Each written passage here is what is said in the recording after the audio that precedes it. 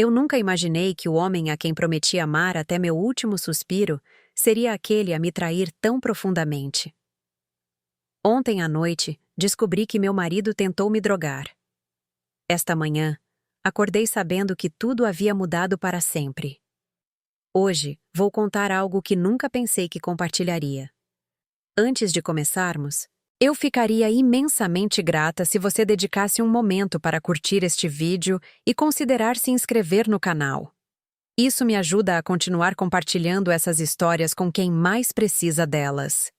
Minhas mãos tremiam enquanto eu estava em nossa pequena cozinha na Tijuca. A luz da manhã filtrando pelas cortinas amareladas que eu pretendia trocar há anos. Eu podia ouvir Ricardo no quarto.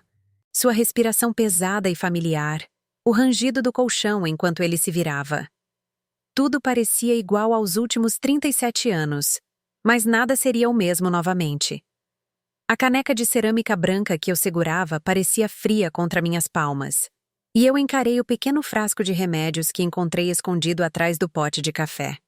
Meu estômago se revirou ao ler o rótulo novamente, pílulas de prescrição que não eram minhas, que eu nunca tinha visto antes. A descoberta aconteceu por acaso na noite anterior. Eu estava pegando o açúcar quando meu cotovelo derrubou uma lata de saquinhos de chá. E lá estava ele, escondido atrás de todo o resto. Um frasco com o nome de Ricardo, mas com um medicamento que eu não reconhecia. Quando pesquisei no meu celular, as palavras na tela fizeram minha visão embaçar. Sedativo. Forte o suficiente para fazer alguém dormir por horas. Forte o suficiente para manter alguém quieto. Pensei nas últimas semanas, na estranha névoa que se instalava sobre mim algumas manhãs, na maneira como eu acordava desorientada, incapaz de lembrar de ter ido para a cama. As xícaras de chá que Ricardo insistia tanto que eu bebesse antes de dormir. Sua súbita atenção, trazendo-me leite morno, oferecendo-se para fazer meu chá de camomila favorito. Eu pensei que ele estava finalmente sendo atencioso após anos de distância. Agora eu entendia que era algo muito mais sombrio. As memórias voltaram com uma clareza enjoativa. 2 semanas atrás, acordei no sofá, totalmente vestida, sem lembrar como cheguei lá. Ricardo disse que eu adormeci assistindo TV e ele não quis me acordar. 3 semanas antes, perdi uma consulta médica importante, algo que eu nunca fazia, porque dormi através de 3 alarmes. Ricardo foi extraordinariamente compreensivo, sugerindo que talvez eu precisasse de mais descanso. E 1 mês atrás, perdi uma noite inteira, horas que simplesmente desapareceram da minha consciência. Quando perguntei a Ricardo sobre isso, ele me olhou com preocupação e sugeriu que eu talvez precisasse ver um neurologista sobre problemas de memória. Problemas de memória. As palavras ecoavam em minha mente agora com um novo e sinistro significado. Ele estava planejando isso cuidadosamente, sistematicamente me fazendo duvidar da minha própria mente enquanto me envenenava lentamente até a submissão. O apartamento ao meu redor parecia menor do que nunca, as paredes se fechando com o peso dessa verdade. Do lado de fora da janela, eu podia ouvir os sons familiares do nosso bairro, o ônibus parando com um rangido na esquina, o rádio de alguém tocando samba, as eternas buzinas do trânsito do Rio. A vida continuava normalmente, enquanto a minha se despedaçava em pedaços que eu não tinha certeza se conseguiria juntar novamente. Fui até a janela e olhei para a rua abaixo. Dona Lourdes, do mercadinho da esquina, estava arrumando sua exposição de frutas, o mesmo que fazia todas as manhãs nos 20 anos em que morei neste prédio. O carteiro fazia suas rondas, cumprimentando as pessoas pelo nome. Uma jovem mãe empurrava um carrinho de bebê, falando ao celular. Vida normal, vida segura. A vida que eu pensei que tinha. Coloquei a caneca na mesa com cuidado, minhas mãos ainda tremendo. Uma parte de mim queria gritar, jogar algo, exigir respostas, mas uma parte mais profunda, a parte que aprendeu a sobreviver através de décadas de pequenas humilhações e decepções silenciosas, me disse para esperar, para pensar, para planejar. Abri o frasco e contei as pílulas. 30 no total, mas de acordo com a data da prescrição, deveria haver mais. Quantas ele já me dera? Há quanto tempo isso estava acontecendo? Minha mente corria pelas possibilidades, cada uma mais assustadora que a anterior. O que ele estava fazendo enquanto eu estava inconsciente? O que ele estava escondendo? O que ele estava planejando? Ricardo saiu do quarto com seu velho roupão, aquele com a gola desfiada que eu ofereci para trocar centenas de vezes. Ele não olhou para mim enquanto se arrastava para a cafeteira. Não notou o jeito que eu fiquei congelada perto do balcão. Não viu o frasco que eu rapidamente escondi no bolso quando ouvi seus passos. Bom dia, ele murmurou. Seu cumprimento padrão, desprovido de calor ou reconhecimento real. Apenas palavras, um hábito, como tudo entre nós havia se tornado. Forcei-me a responder normalmente. Bom dia, o café está pronto. Ele resmungou em reconhecimento, e eu o observei servir seu café com um distanciamento que nunca senti antes. Era como se eu o estivesse vendo pela primeira vez com olhos claros, despojado de todas as histórias que contei a mim mesma sobre quem ele era, quem éramos juntos. O homem em pé na minha cozinha era um estranho. Talvez ele sempre tivesse sido um estranho, e eu apenas estivesse muito investida na fantasia para notar. Observei-o servir o café, adicionar a quantidade exata de creme que sempre fazia, a rotina tão familiar que era quase dolorosa. Este homem, este estranho usando o rosto do meu marido, tentou me drogar. Estava me drogando. O pensamento continuava circulando em minha mente como um pássaro preso em um quarto, desesperado e confuso. Como está sua manhã? Perguntei testando-o, observando seu rosto com atenção. Ele mal olhou para mim. Bem, tenho uma reunião às 10.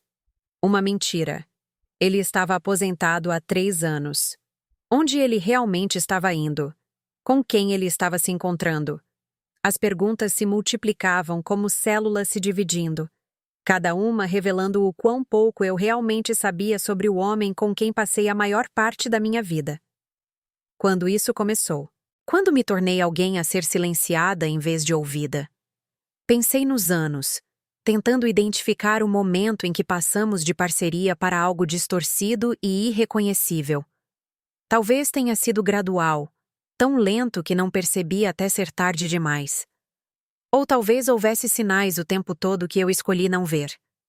Lembrei-me dos primeiros anos, quando Ricardo tinha charme e ambição, quando me prometeu uma vida de aventura e conforto. Eu acreditei nele. Trabalhei em turnos duplos no hospital enquanto ele perseguia seus empreendimentos comerciais, um após o outro, cada um prometendo ser o grande sucesso que precisávamos. Eu o apoiei em fracassos e falsos começos, em oscilações de humor e explosões de raiva que ele sempre culpava o estresse. Você não entende a pressão que estou sofrendo. Ele dizia sempre que eu tentava falar sobre nós, sobre a crescente distância entre nós. Você simplesmente não entende.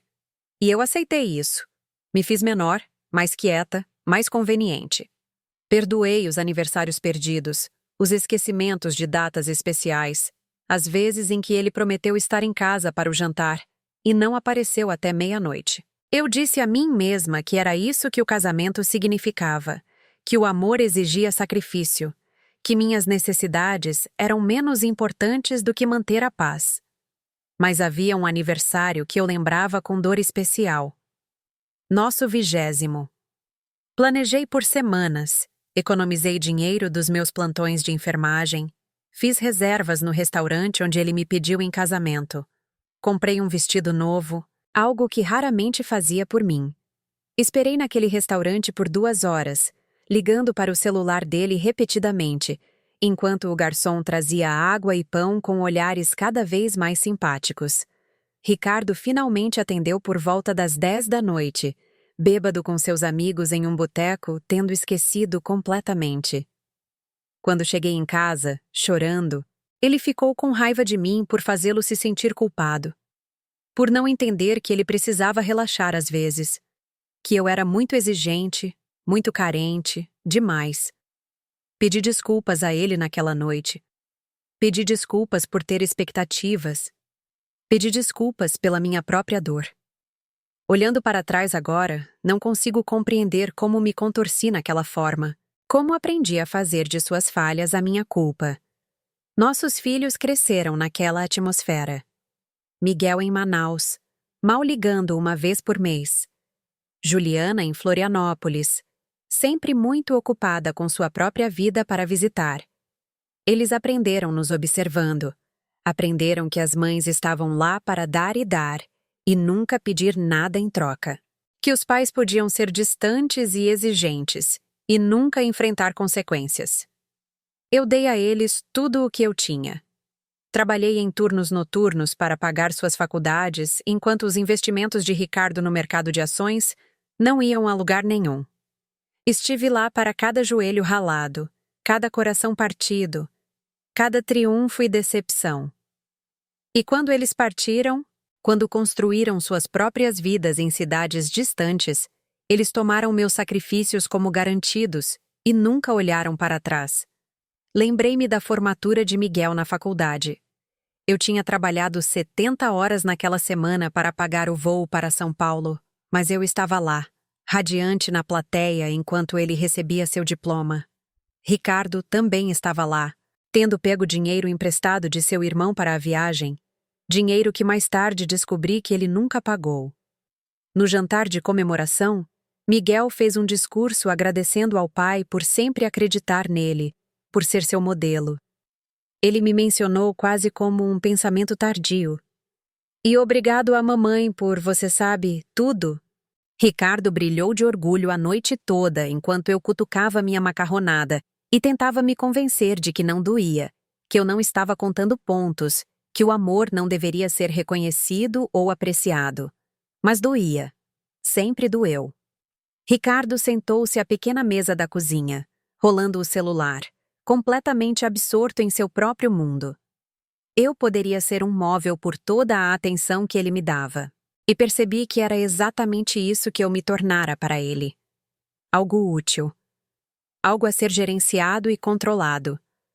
O frasco de pílulas parecia pesado no meu bolso, um peso secreto pressionando meu quadril. Eu sabia o que deveria fazer. Deveria confrontá-lo agora, exigir respostas, chamar a polícia. Mas o medo me segurava. Medo de ficar sozinha aos 64 anos. Medo de recomeçar. Medo de admitir que desperdicei quase 4 décadas com um homem que me via como um obstáculo em vez de uma parceira. Fiz meu café da manhã em silêncio, fazendo os movimentos automaticamente. Torrada. Geleia. O último gole do suco de laranja. Ricardo não ofereceu para compartilhar. Não perguntou se eu precisava de algo. Ele nunca fazia. Quando foi a última vez que senti que ele me via como uma pessoa em vez de uma conveniência? Enquanto passava geleia na minha torrada, notei minhas mãos, as manchas de idade que só recentemente comecei a ver. O leve tremor que não tinha nada a ver com a descoberta e tudo a ver com anos de exaustão. Eram mãos que seguraram meus bebês, que cuidaram de inúmeros pacientes em plantões noturnos, que esfregaram o chão e dobraram roupas, e assinaram incontáveis autorizações e cozinharam milhares de refeições. Eram mãos capazes, mãos que construíram uma vida, mesmo que essa vida agora se revelasse uma ilusão cuidadosamente construída. Meu celular vibrou com uma mensagem de Juliana. Apenas um lembrete de que ela não viria para o Natal, afinal. Muito caro para voar, ela escreveu. Como se eu não soubesse que ela e o marido tinham acabado de comprar uma casa de veraneio em Jurerê. Como se eu não soubesse que caro significava você não é uma prioridade. Digitei 3 respostas diferentes, cada uma expressando minha dor, minha decepção, minha necessidade de ser vista como mais do que uma conveniência a ser visitada quando fosse fácil. Apaguei todas e respondi: tudo bem, querida. Espero que vocês tenham um bom feriado. A dor familiar se instalou no meu peito, aquela a que eu me acostumara tanto que parecia parte da minha anatomia agora. A dor de ser invisível para minha própria família, de ser tomada como garantida, de ser usada e deixada de lado. Pensei em todo o dinheiro que dei a eles ao longo dos anos. A entrada do apartamento de Miguel, 20 mil reais que economizei em 5 anos de plantões extras. Os fundos para o casamento de Juliana, quase 30 mil por um único dia porque ela queria seu casamento dos sonhos e eu queria que ela fosse feliz. Os constantes pequenos empréstimos que nunca foram pagos, 100 aqui, 500 ali, milhares acumulados ao longo do tempo. Esgotei minhas economias, resgatei títulos, até peguei emprestado contra a pequena herança que minha mãe me deixou.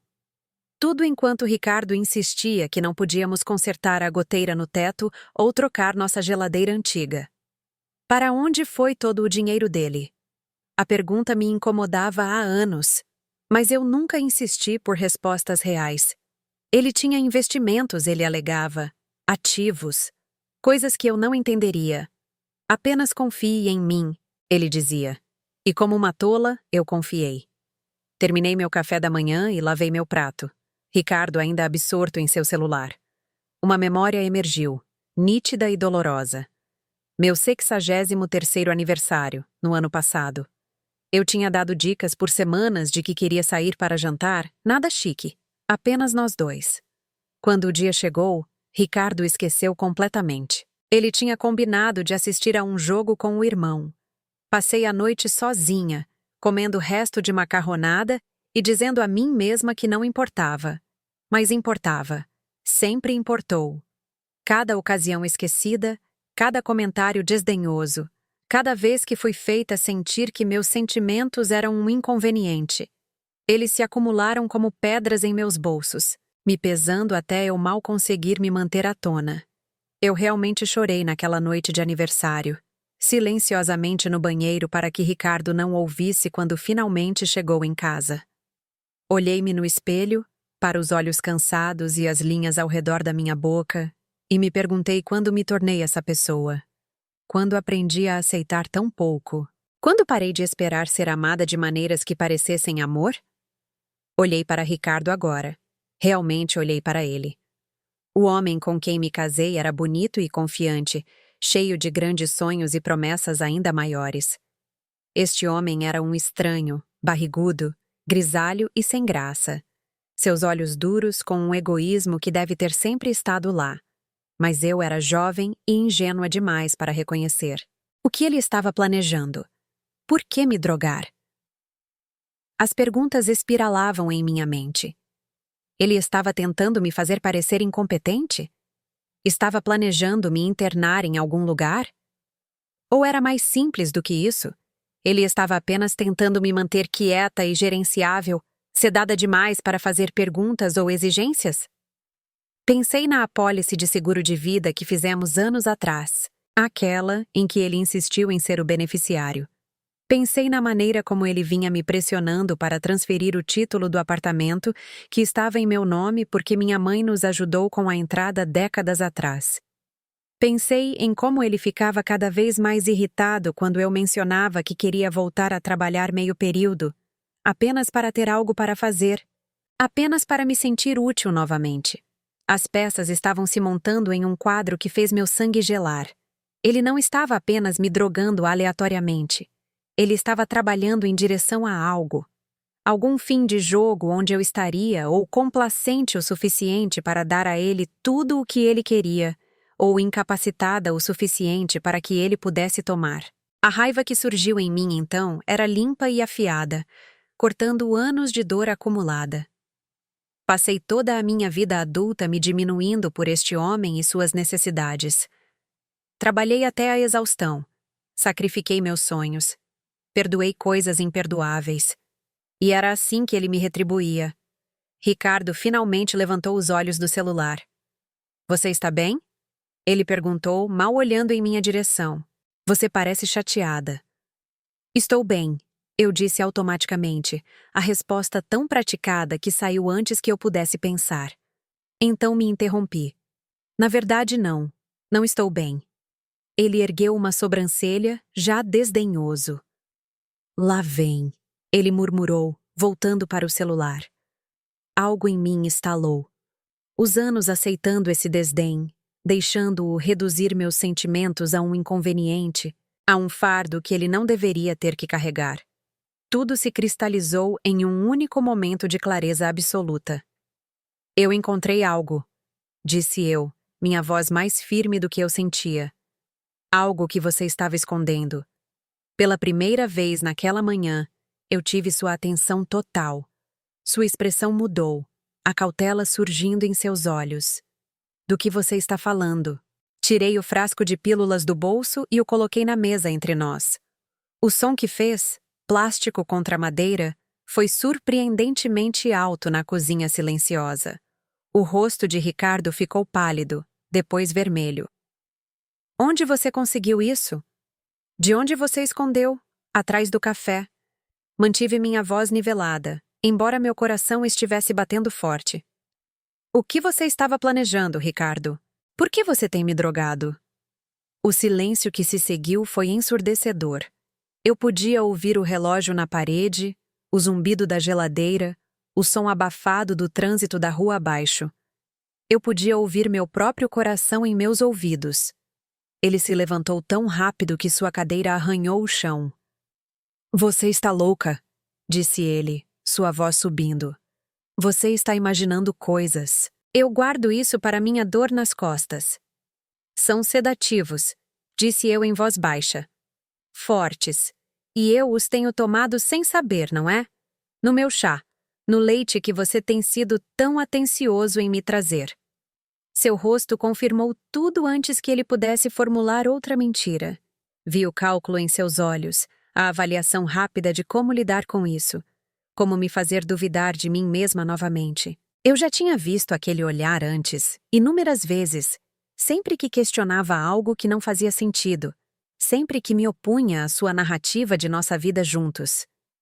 Você está sendo paranoica, disse ele. Mas havia algo desesperado em sua voz agora. Você está estressada. Você tem estado cansada. Talvez devesse ver o Dr. Andrade, ajustar sua medicação. Você precisa de ajuda. Ele continuou, mudando completamente de tática agora. Você está paranoica, vendo coisas que não existem. Talvez devêssemos falar com o Dr. Andrade sobre ajustar seus medicamentos. Talvez você precise estar em um lugar onde as pessoas possam ficar de olho em você. Garantir que você está se cuidando adequadamente. E lá estava. A ameaça sob a preocupação. A sugestão de que eu era incompetente, que precisava ser controlada e gerenciada. A implicação de que, se eu não recuasse, se não aceitasse sua explicação, ele me internaria. Trancada em algum lugar onde ninguém acreditaria em mim. Quantas vezes ele fez isso ao longo dos anos? Quantas vezes eu deixei ele me convencer de que minhas percepções estavam erradas, que eu era muito emotiva, muito sensível, muito difícil. Pensei em exemplos específicos, nítidos e claros agora sem a névoa de dúvida que ele cultivou com tanto cuidado. A vez que questionei por que faltava dinheiro na nossa conta conjunta e ele me acusou de ser controladora, de não confiar nele, até que eu pedi desculpas por sequer perguntar. A vez que mencionei que achava que ele estava mentindo sobre onde esteve e ele virou o jogo, fez ser sobre minha insegurança, meu ciúme, minha incapacidade de deixá-lo ter qualquer liberdade. As inúmeras vezes que comecei uma frase com "eu sinto", e ele me cortou com explicações de por que meus sentimentos estavam errados, equivocados, baseados em mal-entendidos. Não desta vez. Eu sei o que encontrei, eu disse. Eu sei o que você tem feito. E isso acaba agora. Ele deu um passo em minha direção e eu vi algo perigoso piscar em seu rosto. Algo que eu já tinha visto antes, mas sempre me convencia a não reconhecer. Ou o quê?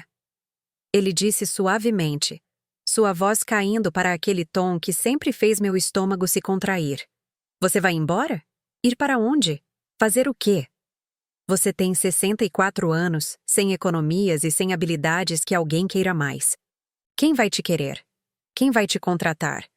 Você vai acabar num muquifo qualquer, sozinha, e vai perceber o erro que cometeu. As palavras foram projetadas para machucar, para me fazer pequena e com medo novamente. E elas machucaram. Cada uma pousou como um golpe físico, confirmando todos os medos que eu já tive sobre meu valor, meu futuro, minha capacidade de sobreviver sem ele.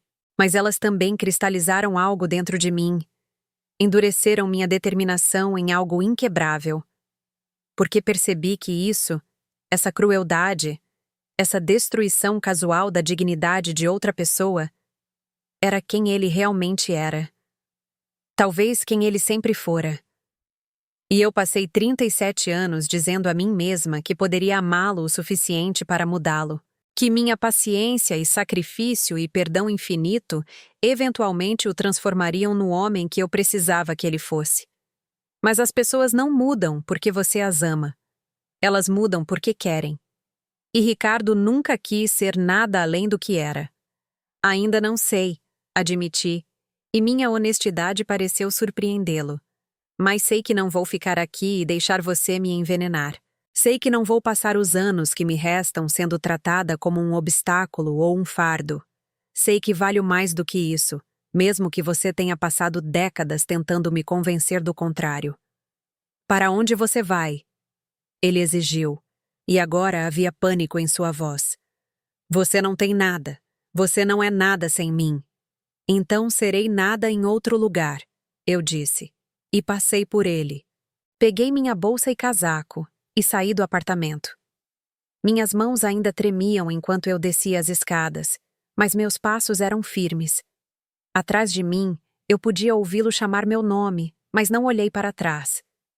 O ar da manhã atingiu meu rosto, frio e cortante.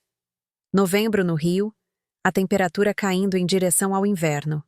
Eu não tinha para onde ir, nenhum plano real. Mas continuei andando mesmo assim. Pelas ruas familiares do nosso bairro, passando pelo mercadinho onde comprávamos mantimentos, pela lavanderia onde eu levava as camisas de Ricardo há 30 anos, pelo pequeno parque onde às vezes me sentava sozinha nas noites de verão. Cada passo parecia uma pequena rebelião. Cada sopro de ar frio parecia liberdade. Eu estava apavorada. Estava sozinha. Não tinha plano e nenhuma rede de segurança. Mas estava avançando. E isso era algo. Uma mulher passou por mim passeando com o cachorro e sorriu para mim. Apenas um cumprimento normal de vizinhança. Sorri de volta e percebi que meu rosto parecia estranho.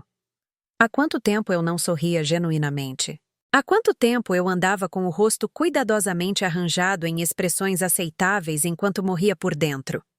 Acabei em uma cafeteria que nunca tinha ido antes, um lugar pequeno com móveis descombinados e arte local nas paredes. O calor me atingiu quando entrei, e percebi que estava tremendo, embora não soubesse se era de frio, choque ou alívio. Pedi um chá e sentei-me perto da janela, observando as pessoas passarem, cada uma absorta em suas próprias vidas e problemas. A jovem barista que anotou meu pedido tinha olhos gentis. Tudo bem? Ela perguntou baixinho, e eu devia parecer tão devastada quanto me sentia. Vou ficar, eu disse, e esperei que fosse verdade. Meu telefone tocou. Ricardo. Deixei ir para a caixa postal. Tocou de novo. Miguel desta vez, provavelmente já recrutado por seu pai para convencer sua mãe irracional. Desliguei o telefone. Pela primeira vez em mais tempo do que eu conseguia lembrar, sentei-me em silêncio com meus próprios pensamentos. Ninguém exigindo nada de mim, nenhuma necessidade de ninguém para antecipar ou gerenciar. Deveria ter sido solitário. Em vez disso, pareceu a primeira respiração completa que eu dava em anos. A cafeteria zumbia com atividade tranquila ao meu redor. Um homem no canto trabalhava em seu laptop, ocasionalmente tomando goles de seu café. Duas mulheres em outra mesa estavam engajadas em uma conversa animada, rindo ocasionalmente. Todos continuando com suas vidas enquanto a minha acabara de implodir. Era surreal e de alguma forma reconfortante ao mesmo tempo. Observei a barista fazer as bebidas, seus movimentos praticados e eficientes. Ela deve ter feito milhares de lattes, pensei. Cada um igual, mas também único. Havia algo meditativo em observá-la trabalhar, no ritmo comum do comércio e da interação humana continuando, independentemente da catástrofe pessoal. A máquina de expresso sibilou. O leite vaporizou. Os clientes pediram, pagaram e saíram. A vida continuou. Pensei em todos os momentos comuns que vivi enquanto morria lentamente por dentro. Todos os cafés da manhã que fiz enquanto engolia minha dor. Todas as conversas que tive enquanto monitorava cada palavra para um conflito potencial. Todas as noites que fiquei acordada ao lado de um homem que parecia um estranho, perguntando-me quando me tornei tão sozinha. Meu chá esfriou enquanto eu estava perdida em pensamentos. Fui ao balcão para pedir outro, e a jovem barista olhou para mim com tanta gentileza que quase comecei a chorar de novo. Dia difícil? Ela perguntou gentilmente enquanto preparava uma xícara fresca. Vida difícil, eu disse, e então me surpreendi rindo.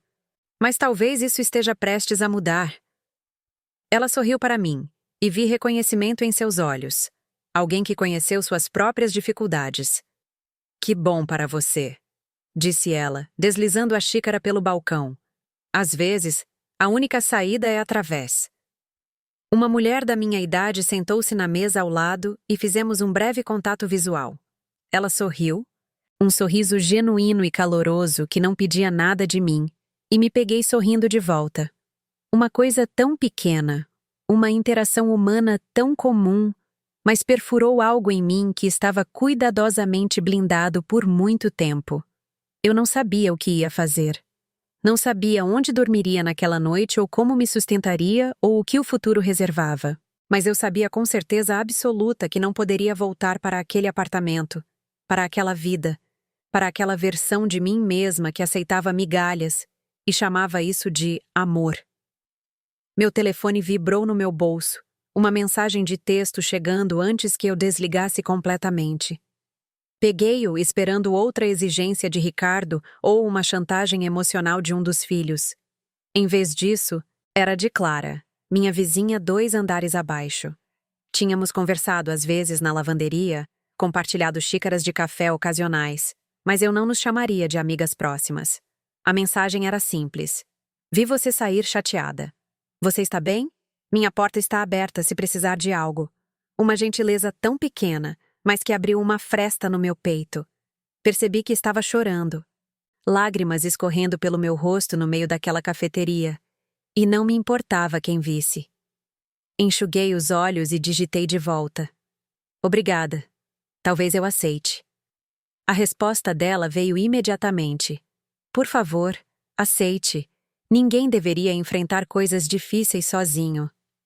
Sentei-me lá por um longo tempo, observando o mundo continuar do lado de fora da janela.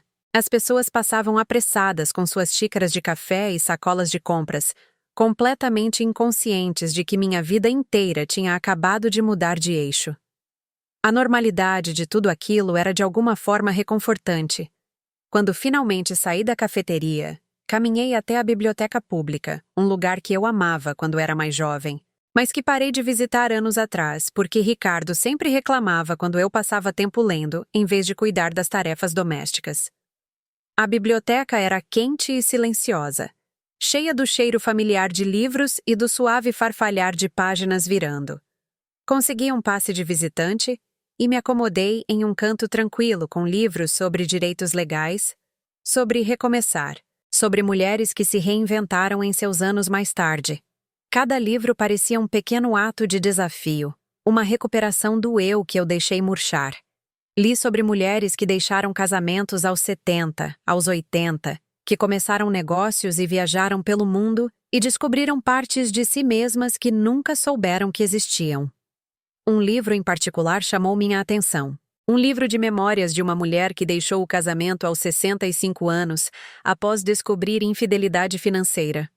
O marido dela estava escondendo dinheiro por anos enquanto ela trabalhava até a exaustão. Os paralelos com minha própria vida eram impressionantes. Mas o que mais me comoveu foi como ela descreveu o processo de reconstrução. Eu tive que aprender a confiar em mim mesma novamente, a acreditar que minhas percepções eram válidas, que minhas necessidades importavam, que eu merecia ser tratada com dignidade humana básica. Foi mais difícil do que sair.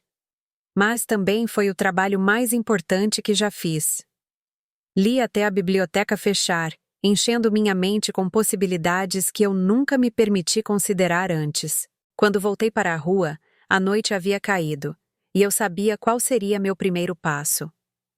Caminhei até o apartamento de Clara. Ela abriu a porta imediatamente quando bati, como se estivesse esperando.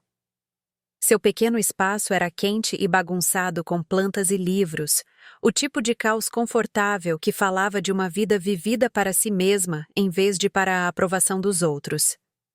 Entre, ela disse simplesmente, dando um passo para o lado. Com um chá em sua mesa da cozinha, contei tudo a ela. As pílulas, os anos de negligência, a maneira como me tornei invisível em minha própria vida. Ela ouviu sem julgamento, sem tentar consertar, minimizar ou explicar o que eu havia vivenciado. Clara era diferente de mim de muitas maneiras. Ela era direta onde eu era complacente, certa onde eu era duvidosa, confortável em ocupar espaço onde eu aprendi a me fazer pequena. Mas enquanto eu falava, percebi que compartilhávamos algo fundamental. Ambas sabíamos como era acordar um dia e perceber que a vida que você está vivendo não é a vida que você concordou em viver. Quando terminei, ela ficou em silêncio por um momento.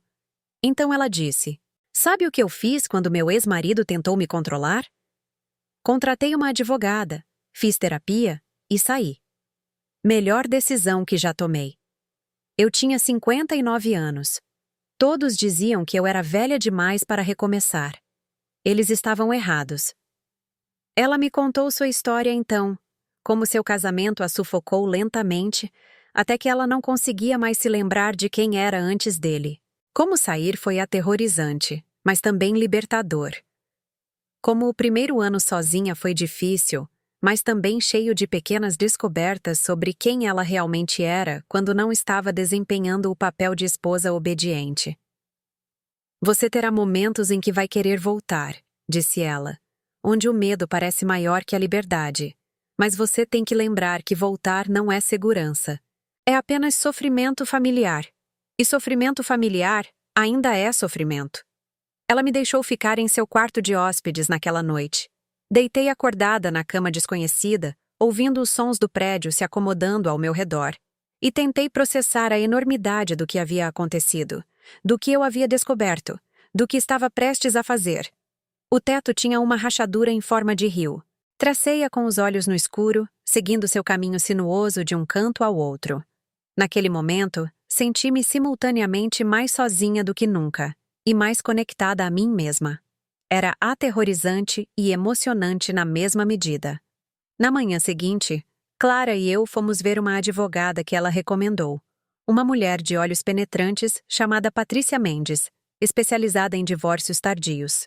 Seu escritório era pequeno, mas bem decorado, com diplomas na parede e uma estante cheia de textos jurídicos.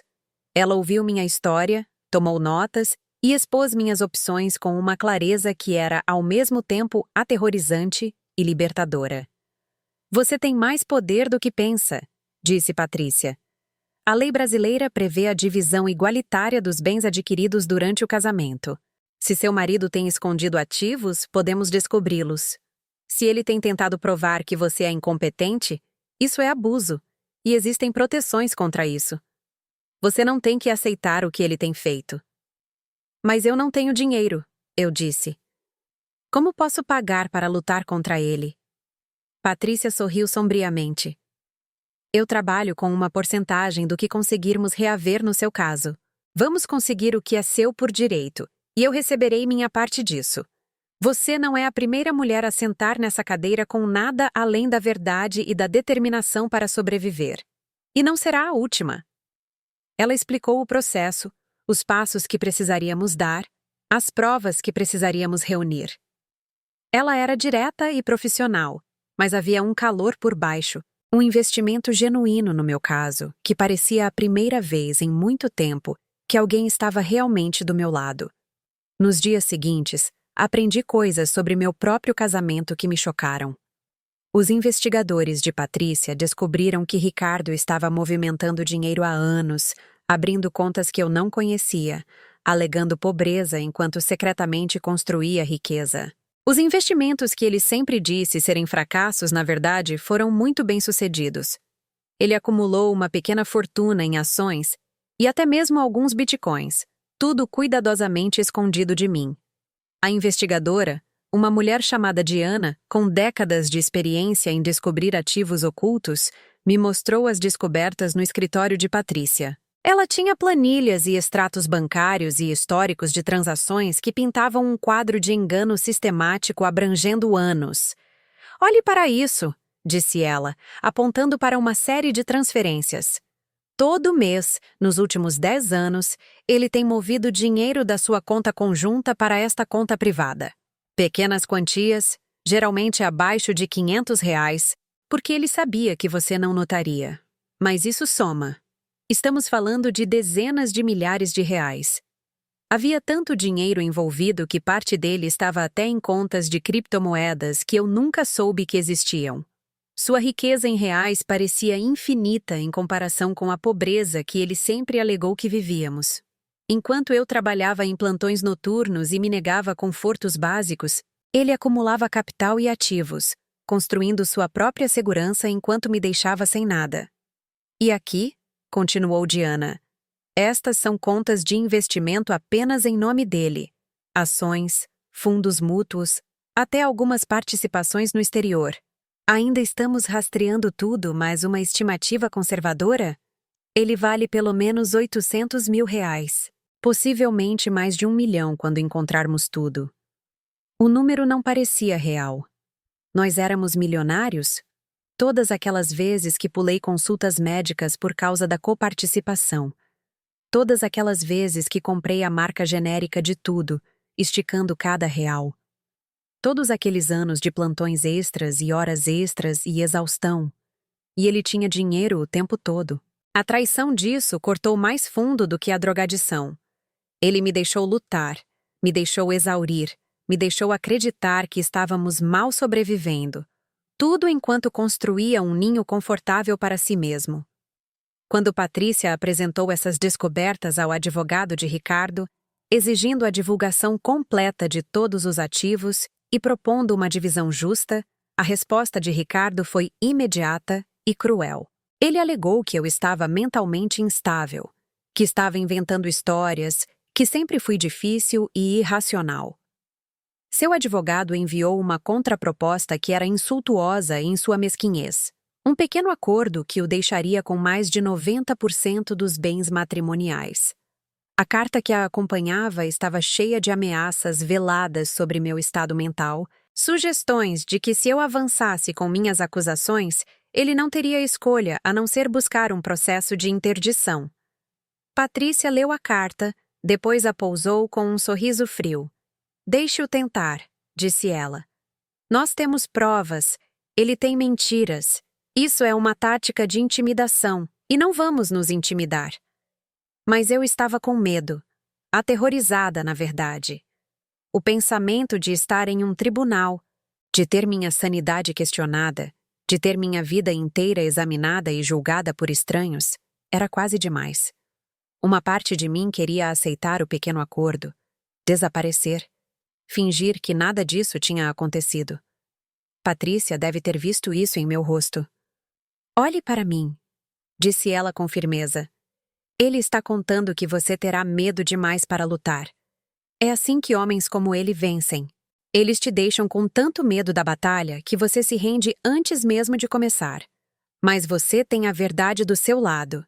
E a verdade é mais poderosa do que você imagina." Ele recrutou os filhos.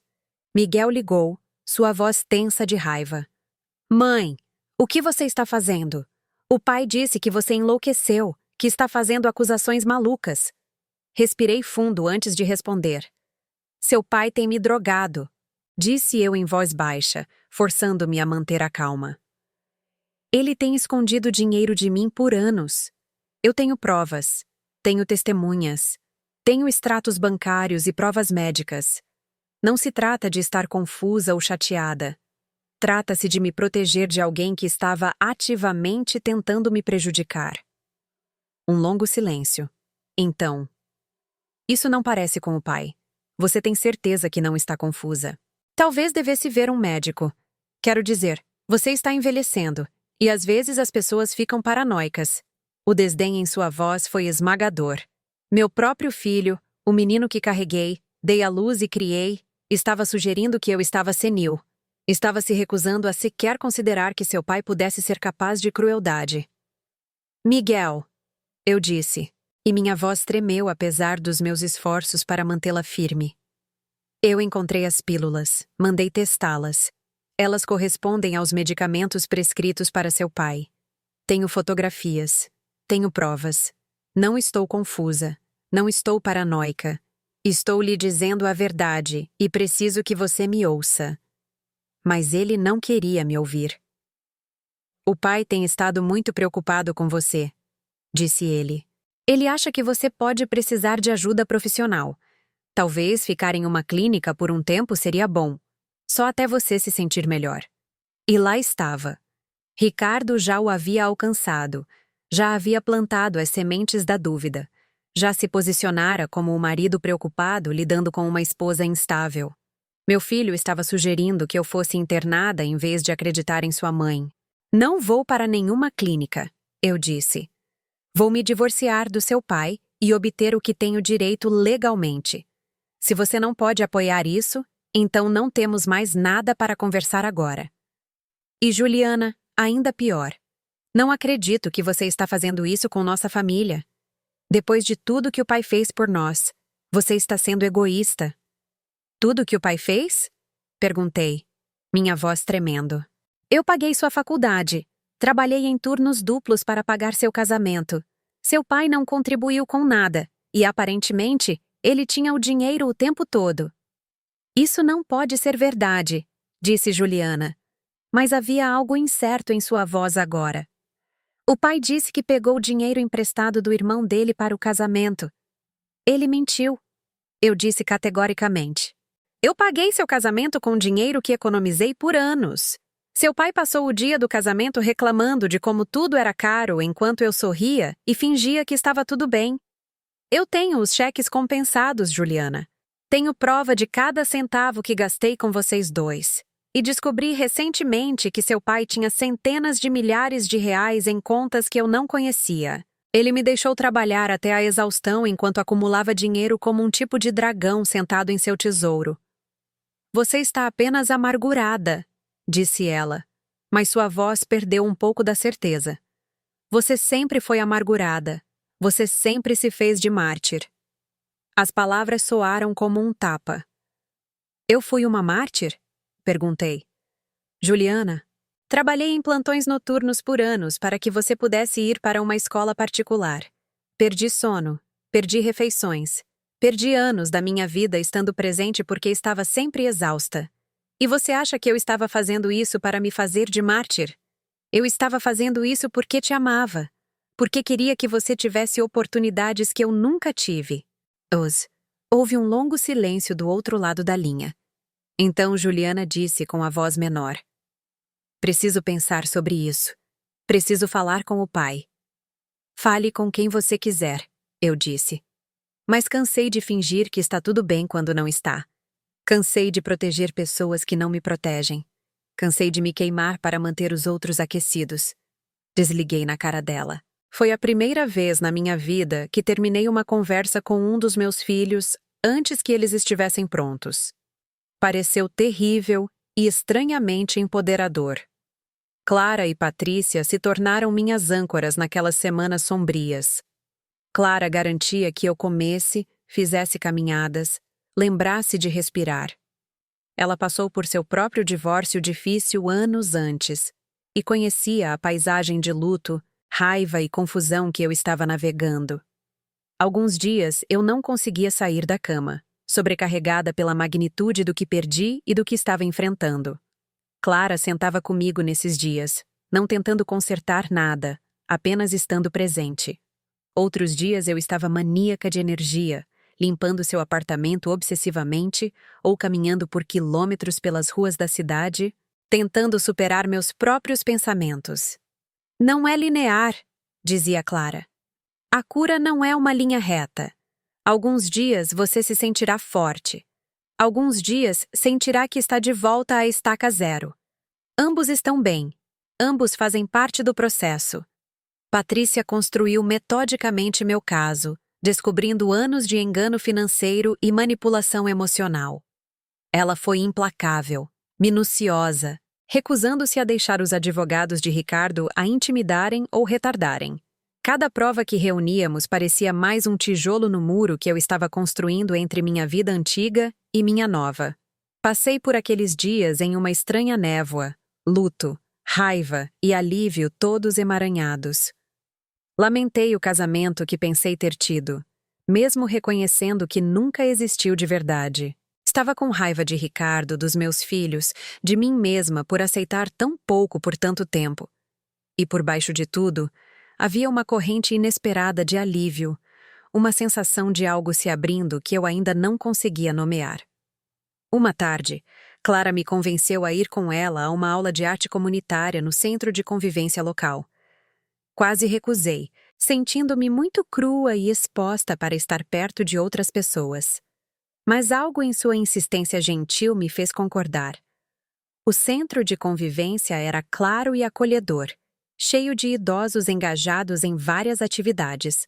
Cheirava a café e tinta, e havia um zumbido baixo de conversa e risadas.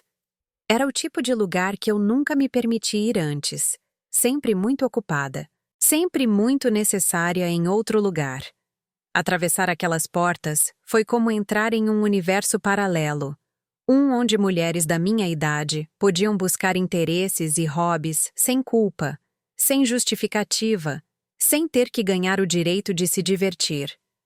Observei um homem mais velho trabalhando em um torno de cerâmica, suas mãos moldando a argila com concentração focada. Duas mulheres praticavam tai chi em um canto, seus movimentos lentos e deliberados. Um clube do livro se reunia em outra sala, sua discussão animada flutuando para o corredor. Era isso que eu estava perdendo, percebi. Comunidade. Propósito além da servidão. O simples prazer de fazer algo porque trazia alegria em vez de porque outra pessoa exigia. A aula era de pintura, algo que eu não fazia desde o colégio. A instrutora, uma mulher vibrante em seus 70 anos chamada Helena, nos recebeu calorosamente e nos arrumou com telas e acrílicos. Notei que ela mancava um pouco e havia uma bengala encostada em seu cavalete. Mas seus olhos brilhavam de entusiasmo, sua voz forte e certa. Apenas pintem o que sentem, disse ela. Não há maneira errada de fazer isso. Sem julgamento, sem notas, apenas expressão.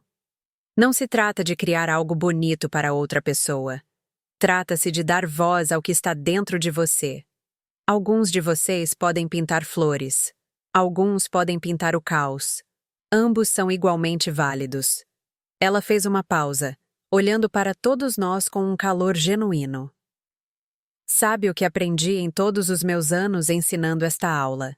As mulheres que passaram pelas coisas mais difíceis pintam os trabalhos mais poderosos. Não porque o sofrimento te torna um artista melhor, mas porque você aprendeu que precisa expressar o que é real em vez do que é bonito. O real é sempre mais importante que o bonito. Fiquei olhando para a tela em branco por um longo tempo, pincel na mão, sem saber por onde começar. Ao meu redor, outras mulheres já estavam pintando, seus pincéis se movendo com confiança pelo espaço branco, criando formas e cores e algo do nada. Então, quase sem pensar, comecei. Cores escuras no início, pinceladas pesadas de cinza, preto e azul profundo. Então, gradualmente, quase apesar de mim mesma, cores mais claras surgiram. Amarelo. Rosa. Um verde suave. Minha mão se moveu sem direção consciente, e me vi criando camadas, escuras por baixo e a luz rompendo. Não era representacional, apenas cor e emoção, e algo que eu não conseguia articular, mas precisava desesperadamente expressar. No final da aula, eu havia criado algo que parecia uma tempestade se dissipando, a escuridão dando lugar à aurora. Não era habilidoso ou sofisticado, mas era meu. Uma representação visual de algo que eu não conseguia colocar em palavras. Lindo, disse Helena, parando perto do meu cavalete. Isso é uma pintura sobre transformação, sobre encontrar luz na escuridão. Você tem um olho real para isso. Olhei para ela novamente e percebi que ela estava certa. E percebi também que eu estava mudando. Que a mulher assustada que fugiu de seu apartamento algumas semanas atrás estava se tornando outra pessoa, alguém mais forte, mais clara e mais certa de seu próprio valor. O processo legal se arrastou. Ricardo lutou contra tudo, contestou cada reivindicação, tentou toda a manipulação. Ele espalhou boatos em nossa vizinhança, disse às pessoas que eu era instável, tentou virar nossos amigos em comum contra mim. Alguns deles acreditaram nele, mas outros, particularmente as mulheres que nos conheciam há anos, pareciam me olhar com um novo entendimento, como se meu despertar tivesse desencadeado o reconhecimento de seus próprios sofrimentos silenciosos. Uma mulher do nosso prédio, alguém que eu conhecia casualmente há anos, me parou no corredor um dia. "Eu só quero que você saiba", disse ela em voz baixa. "Eu acredito em você. E acho que você é corajosa." Ela olhou ao redor como se com medo de ser ouvida. "Meu marido não é físico, mas existem outras maneiras de ser ferida. Ver você se defender está me fazendo pensar sobre minha própria situação." Ficamos ali no corredor, duas mulheres na casa dos 60, reconhecendo verdades que ambas fomos ensinadas a esconder. "Obrigada", eu disse. "E saiba que você não está sozinha. Seja o que for que você esteja enfrentando, você não está sozinha." Uma noite, recebi um e-mail de uma prima com quem não falava há anos. Ela soube do divórcio pela fofoca da família e queria que eu soubesse de algo. Anos atrás, em uma reunião de família que não participei, ela ouviu Ricardo conversando com outro parente. Ele estava rindo de seu plano para gerenciar minhas expectativas, me manter trabalhando duro enquanto ele construía segurança para si mesmo. Ele me chamou de crédula. Útil. Uma burrinha de carga perfeita que nunca faz perguntas. O e-mail incluía uma gravação de voz que ela fez na época, achando engraçado, mas agora percebendo o quão cruel era. Eu a ouvi uma vez, ouvindo a voz do meu marido discutindo casualmente sua estratégia de longo prazo para me manter no escuro, para usar minha ética de trabalho e minha devoção enquanto não dava nada real em troca. Sua voz na gravação era jovial, quase orgulhosa, enquanto descrevia como era fácil me manipular, como eu acreditava em tudo que ele dizia. Deveria ter me destruído. Em vez disso, me libertou. Qualquer dúvida remanescente que eu tivesse sobre se estava exagerando, se estava sendo injusta, se dissolveu completamente. Encaminhei a gravação para Patrícia, que a adicionou ao nosso arquivo de provas. "Isso é prova de fraude", disse Patrícia quando ouviu. "Ele está admitindo engano intencional. Esta gravação pode ser muito valiosa no tribunal." Naquela noite, dormi melhor do que em meses. A culpa que eu carregava, a voz que continuava sussurrando que talvez eu estivesse sendo muito dura, talvez devesse tentar resolver as coisas, finalmente se calou. Eu recebi um presente, a certeza absoluta de que estava fazendo a coisa certa. A sessão de mediação formal foi brutal. Ricardo sentou-se à minha frente com seu advogado, o rosto duro, e tentou uma última vez me fazer recuar. Ele ofereceu um acordo, uma pequena quantia que o deixaria com a vasta maioria de seus ativos ocultos. Ele alegou que era generoso, que eu deveria ser grata, que a maioria das mulheres da minha idade aproveitaria a chance de sair com qualquer coisa. Seu advogado, um homem escorregadio em um terno caro, expôs a posição deles. "Meu cliente está disposto a oferecer um acordo de R$ 50.000 e a posse compartilhada da casa conjugal, exigindo a venda apenas se ambas as partes concordarem. Dada a idade da senhora Silva e seu potencial de ganho limitado, esta é uma oferta muito generosa." Ele sorriu para mim, condescendente e frio. Patrícia e eu havíamos nos preparado para isso. Ela expôs, item por item, cada prova que reunimos. As contas ocultas, as participações em criptomoedas, as ações e títulos. A gravação dele discutindo sua manipulação, a evidência médica das drogas que ele estava me dando. O testemunho do farmacêutico que confirmou que as prescrições nunca foram destinadas a alguém com a suposta condição de dor nas costas de Ricardo. O rosto de Ricardo passou por um espectro de emoções: choque, raiva, medo, cálculo. Seu advogado parecia cada vez mais desconfortável, remexendo papéis, sussurrando urgentemente no ouvido de Ricardo. Minha cliente está preparada para ser razoável, disse Patrícia calmamente. Estamos pedindo uma divisão equitativa de todos os bens matrimoniais, divulgação completa de todas as participações e residências separadas imediatamente. Se estes termos não forem aceitáveis, estamos preparados para ir a tribunal e garanto-lhe, as provas são convincentes. A drogadição por si só pode resultar em acusações criminais. A fraude financeira pode resultar em penalidades além da simples divisão de ativos. Ricardo tentou blefar, ameaçar, suplicar. Isso é ridículo, disse ele, sua voz subindo. Eu trabalhei por aquele dinheiro. Eu construí aquelas contas. Ela não fez nada além de reclamar e trabalhar em um emprego que qualquer idiota poderia fazer. Ela não merece metade do que eu ganhei. O sorriso de Patrícia era afiado. Na verdade, no Brasil, não determinamos a divisão de ativos com base na sua opinião sobre o valor do seu cônjuge. Baseamo-nos na lei. E a lei diz que os bens matrimoniais são divididos igualmente. Sua opinião sobre a senhora Silva é notada e irrelevante. Sentei-me em silêncio durante tudo, minhas mãos cruzadas no colo, calma de uma forma que nunca estive durante nosso casamento. Parei de ter medo de sua raiva. Parei de me importar com sua aprovação. Deixe-o enfurecer-se. Deixe-o ameaçar. Não podia mais me tocar. Eu já havia perdido tudo o que importava em termos de nosso relacionamento. Não havia mais nada para ele tirar, exceto dinheiro. E Patrícia não ia deixar isso acontecer. No final, ele concordou com a maioria dos nossos termos. Não era tudo o que eu merecia, but it was enough to build a new life on. Enough to finally be secure. Enough to prove that I was worth fighting for, even if I'd had to be the one to do the fighting. Ao sairmos da sessão de mediação, Ricardo tentou uma última manipulação. Eu ainda te amo, disse ele alcançando minha mão. Podemos resolver isso. Podemos recomeçar.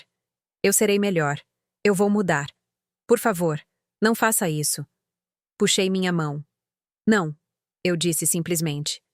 Não podemos. E eu não acredito em você. Não acho que você seja capaz do tipo de mudança que faria este relacionamento valer a pena ser salvo. Mais importante, eu não quero mais salvá-lo. Eu terminei. O divórcio foi finalizado em uma manhã fresca de outubro. Assinei os papéis no escritório de Patrícia e, enquanto escrevia meu nome pela última vez como esposa de Ricardo, senti algo mudar fundamentalmente dentro de mim. Não apenas alívio, embora houvesse muito disso. Algo mais profundo. Uma recuperação de mim mesma. A mulher que eu era antes de aprender a se fazer pequena. A mulher que eu ainda poderia me tornar. Com meu acordo, fiz algo que nunca havia feito antes. Tirei um tempo para pensar no que eu realmente queria, não no que outra pessoa precisava de mim, não no que manteria a paz ou faria os outros felizes. Apenas o que eu queria. Foi mais difícil do que eu esperava. Passei tantos anos negando meus próprios desejos que quase esqueci como identificá-los. Encontrei um pequeno apartamento em um bairro diferente, mais perto do parque, com grandes janelas que deixavam entrar a luz da manhã. Era o primeiro espaço que era verdadeiramente meu. Eu o mobiliei lentamente, com cuidado, escolhendo cada peça porque a amava, em vez de porque era prática ou barata. Pendurei minha pintura da aula de arte. A tempestade se transformando em amanhecer, na sala de estar, onde eu pudesse vê-la todos os dias. O apartamento tinha piso de madeira que rangia suavemente quando eu andava por ele. Havia uma pequena varanda onde eu podia sentar à noite e assistir ao pôr do sol. O prédio era mais antigo, mas bem conservado, cheio de pessoas que sorriam e diziam olá nos corredores. Parecia chegar em casa de uma forma que meu antigo apartamento nunca apareceu. Na primeira noite que passei lá sozinha, andei de cômodo em cômodo, tocando as paredes, olhando por cada janela, reivindicando o espaço como meu.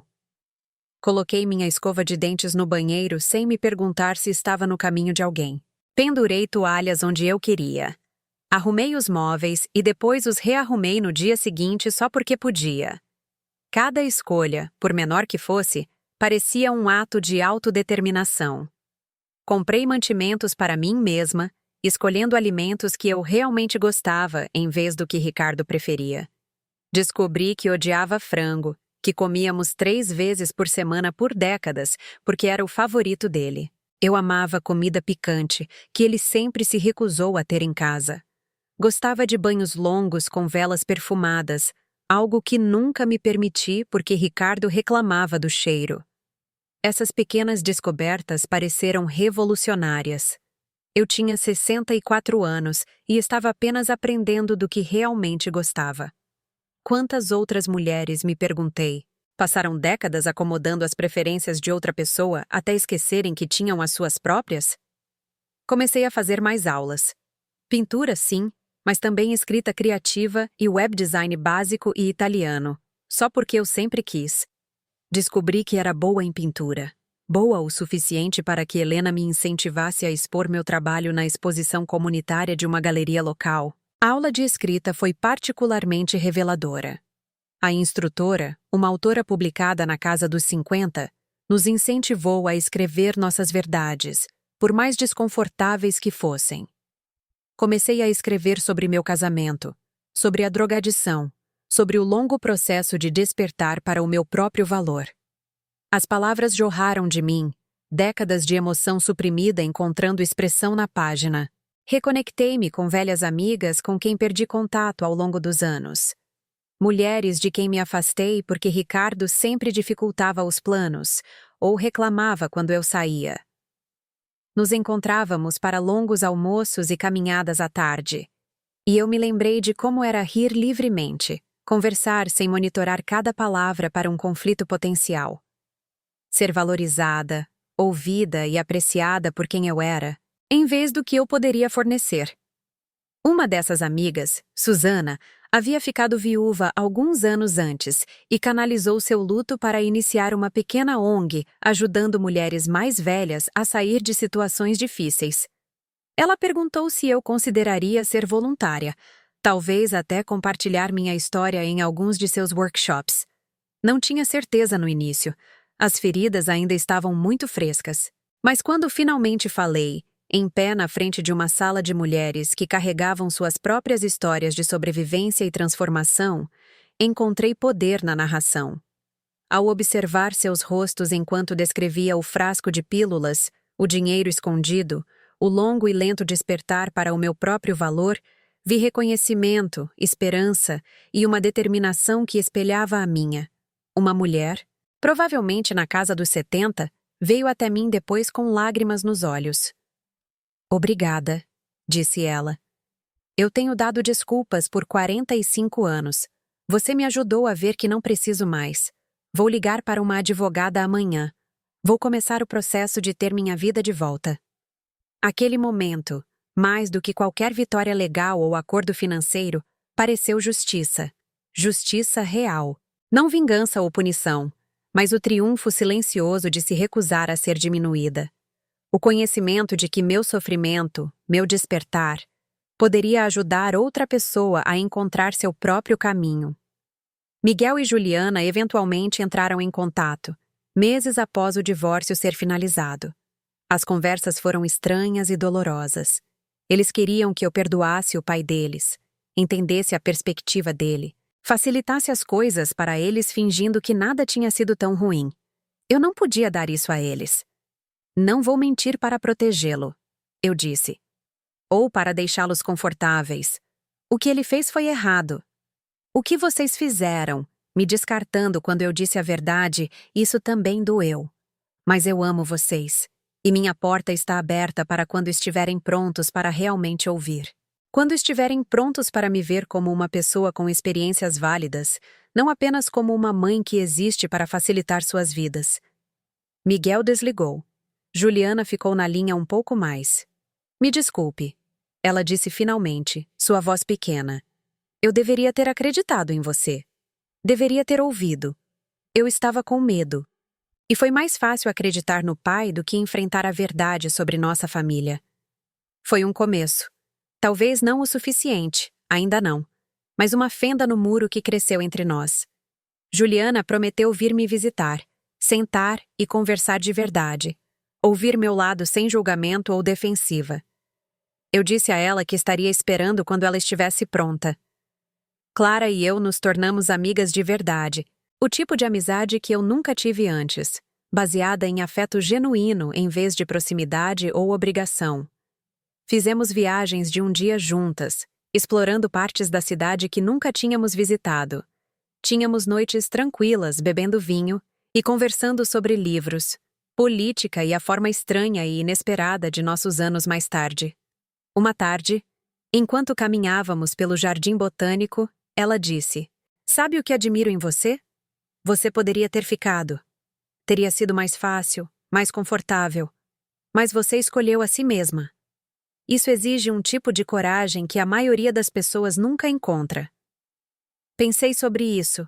Foi uma escolha ou foi sobrevivência? Talvez ambos.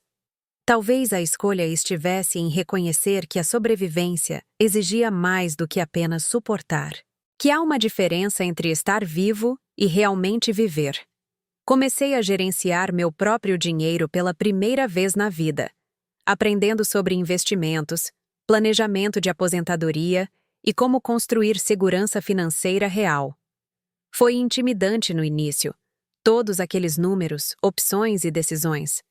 Mas descobri que era boa nisso, cuidadosa, ponderada e mais capaz do que jamais me dei crédito.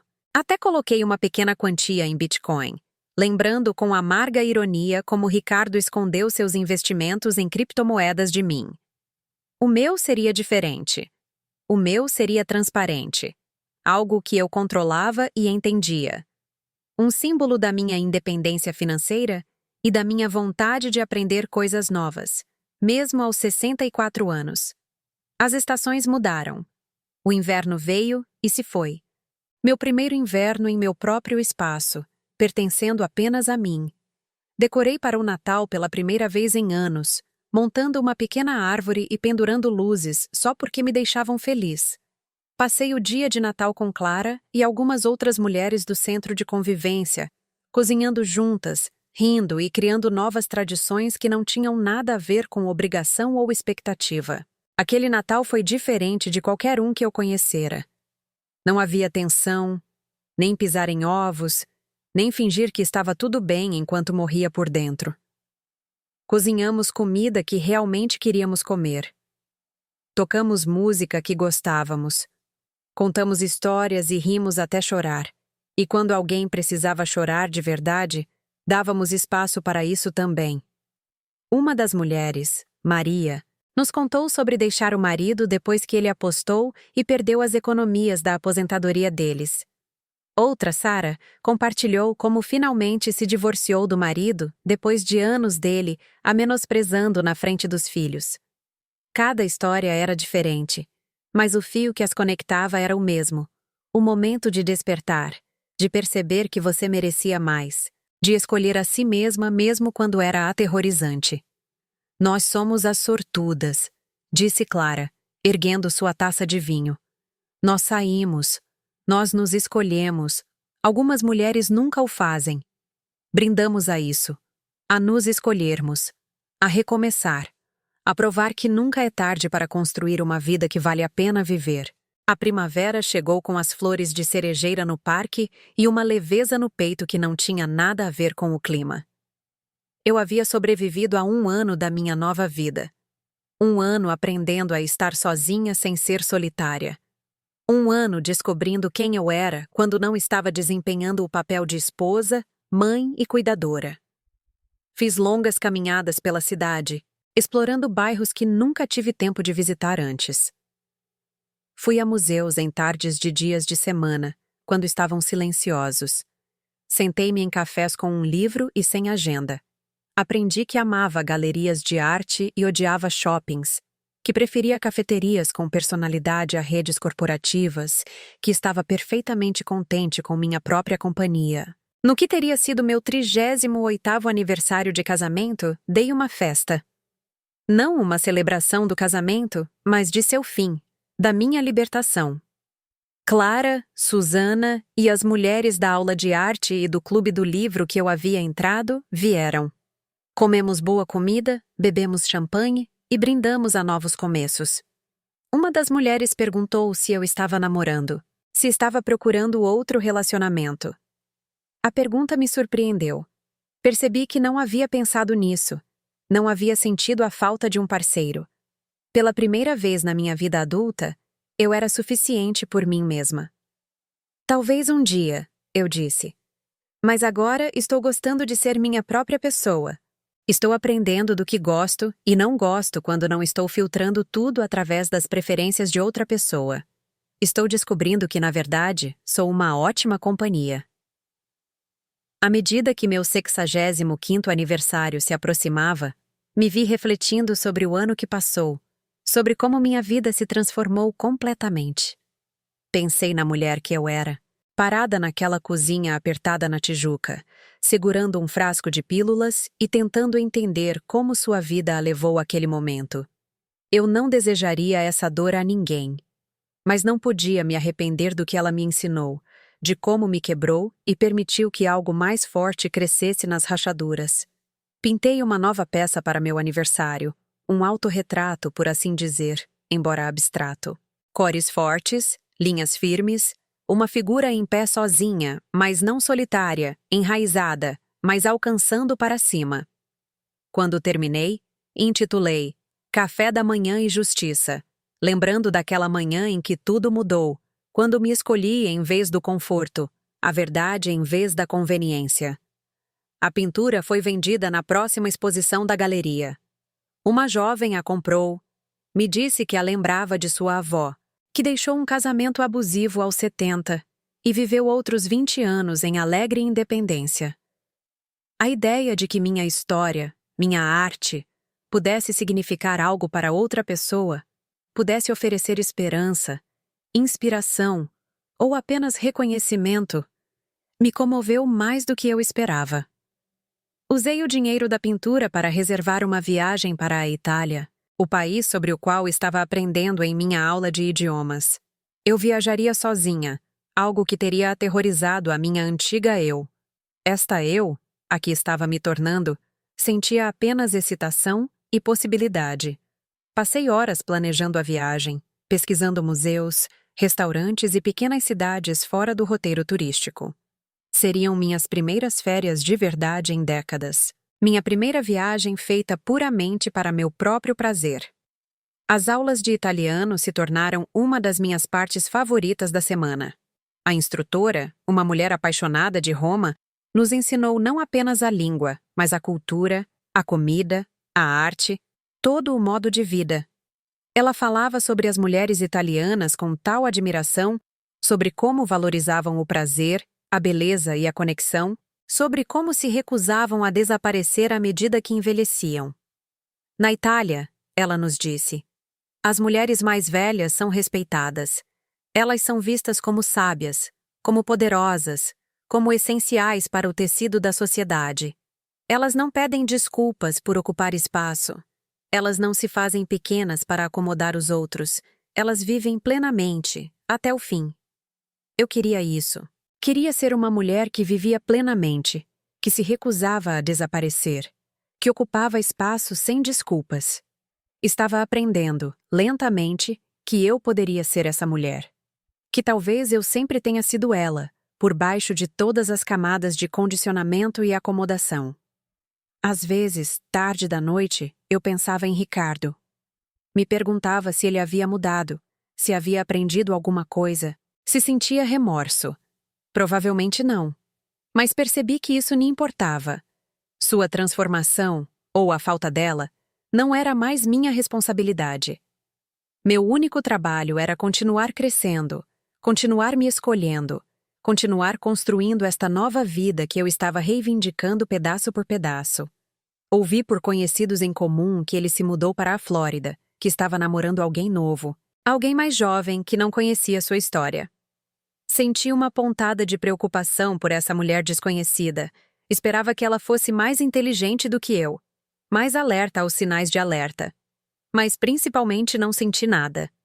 Ele era um capítulo que eu havia fechado, uma lição que aprendi da maneira mais difícil, uma parte do meu passado que não tinha mais poder sobre o meu presente. Pensei nos meus filhos também.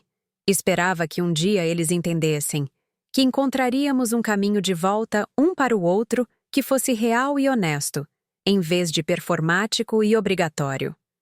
Mas se isso não acontecesse, eu sobreviveria a isso também. Aprendi que era mais forte do que jamais imaginei, mais resiliente, mais capaz de construir uma vida que importava mesmo sem a validação ou aprovação deles.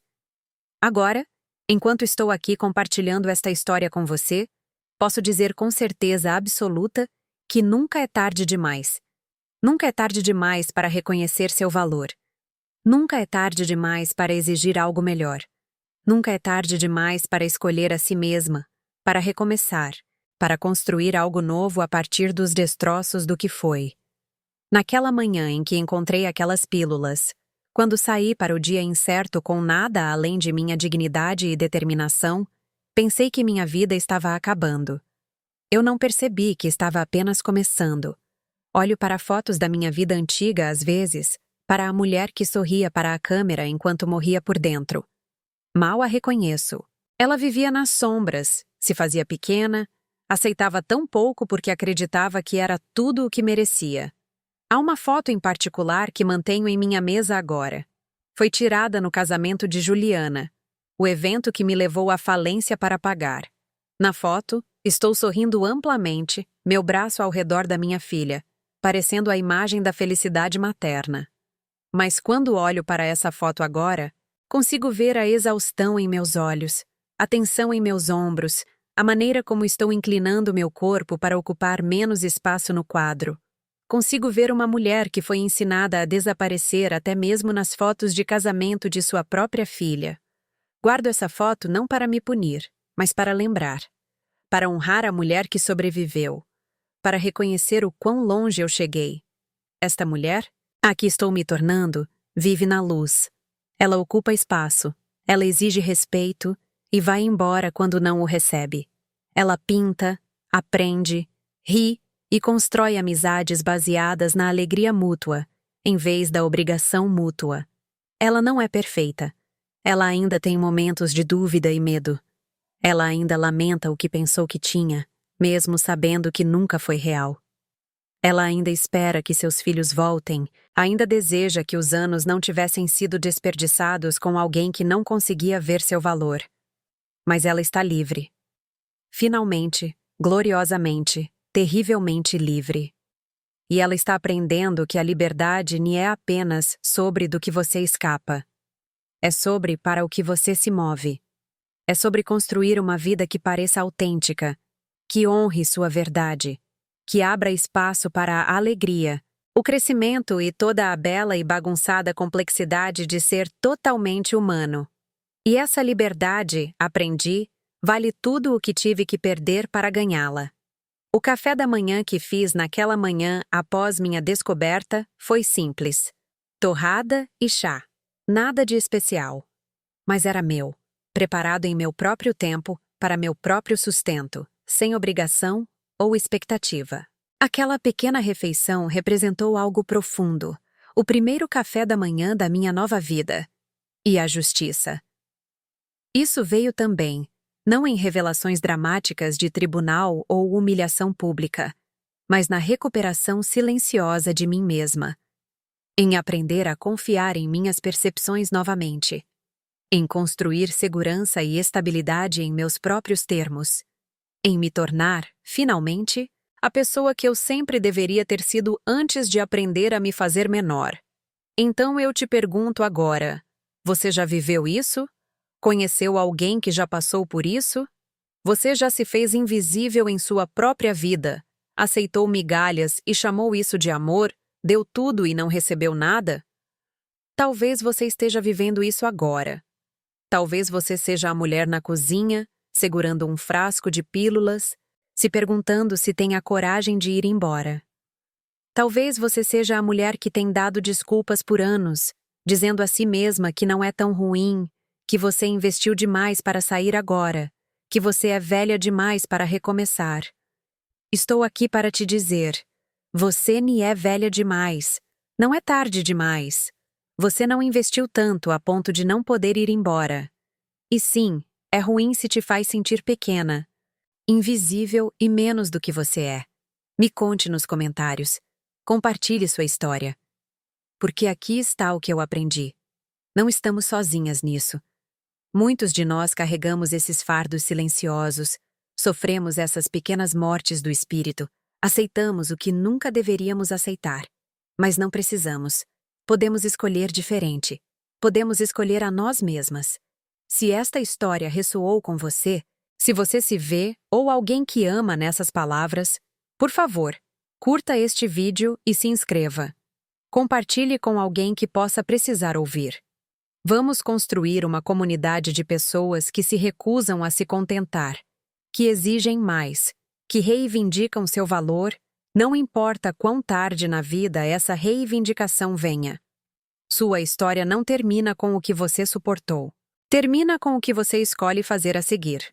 E você sempre, sempre tem o poder de escolher a si mesma. Obrigada por ouvir. Obrigada por estar aqui. Obrigada por ser corajosa o suficiente para considerar que você merece mais do que o que tem aceitado. Agora vá tomar café da manhã. Um de verdade. Um que te nutra. Um que seja seu e apenas seu. E lembre-se, nunca é tarde para a justiça. Nunca é tarde para a liberdade. Nunca é tarde para servir a si mesma primeiro.